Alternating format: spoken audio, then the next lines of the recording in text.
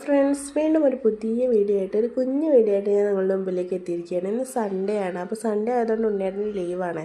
അതുകൊണ്ട് തന്നെ രാവിലെ തന്നെ ഞങ്ങൾ എൻ്റെ വീട്ടിലേക്ക് പോവുകയാണ്.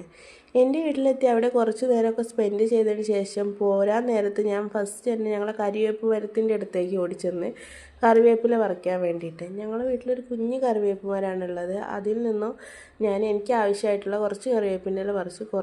കുറച്ചധികം തന്നെ കറിവേപ്പിൻ്റെ ഇല ഞാൻ പറിച്ചെടുത്തിട്ടുണ്ടായിരുന്നു. കറിവേപ്പ് മരത്തിൻ്റെ ഞെട്ടി ഭാഗം ഫുള്ള് ഞങ്ങൾ പറിച്ചെടുക്കുന്നത്. പിന്നെ വീണ്ടും അവിടെ തളർത്ത് വന്നോളല്ലോ എന്ന് കരുതിയിട്ടാണ് അങ്ങനെ പറിച്ചെടുക്കുന്നത്. ഞാൻ വീട്ടിൽ നിന്ന് തന്നെ കറിവേപ്പിൻ്റെ ഇല ഫുള്ള് പെറ്റി ഇല മാത്രം ആക്കിയിട്ടാണ് തിരിച്ച് വീട്ടിലേക്ക് കൊണ്ടുവന്നത്. അതിന് ശേഷം എൻ്റെ മോൻ അവിടെ ഞങ്ങളുടെ മുറ്റത്തൊരു മരം ഉണ്ടായിരുന്നു, ചെറിയ മരം ഉണ്ടായിരുന്നു, ഒരു ചെടിയായിരുന്നു, ചെറുതായിരുന്നു. ഇപ്പം 4 മാസത്തോളമായി ഞാൻ വീട്ടിലേക്ക് വന്നത്. ഞാൻ വന്നപ്പോഴത്തേക്കും അത് വലിയൊരു മരമായി മാറിയിട്ടുണ്ടായിരുന്നു. പക്ഷെ കാണാൻ നല്ല ഭംഗിയുണ്ട്. ഇത് വലുതായ കാണാൻ ഭംഗി ഉണ്ടാവില്ല വിചാരിച്ച് ഞാൻ വെട്ടി ചെറുതായി വെച്ചിരുന്നതായിരുന്നു. പക്ഷേ ഇതിപ്പോൾ നല്ല വലുതായപ്പോൾ കാണാൻ നല്ല ഭംഗിയുണ്ടായിരുന്നു. അപ്പോൾ മോനെ വെച്ച് കുറേ ഫോട്ടോസൊക്കെ എടുത്തു. ആ മരത്തുപോലത്തെ പൂവൊക്കെ പിച്ചി എടുക്കുകയാണ് ചെയ്യുന്നത്.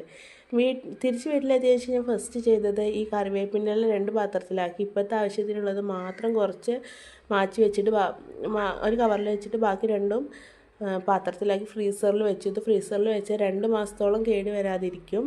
ഫ്രീസറിൻ്റെ ഉള്ളിൽ തന്നെ വെക്കണം, എന്നാലേ കേട് വരാതിരിക്കുള്ളൂ. നാളെ വീണ്ടും ഒരു പുതിയ വീഡിയോയുമായി ഞാൻ നിങ്ങളുടെ മുമ്പിലേക്ക് എത്തുന്നതാണ്. ബൈ.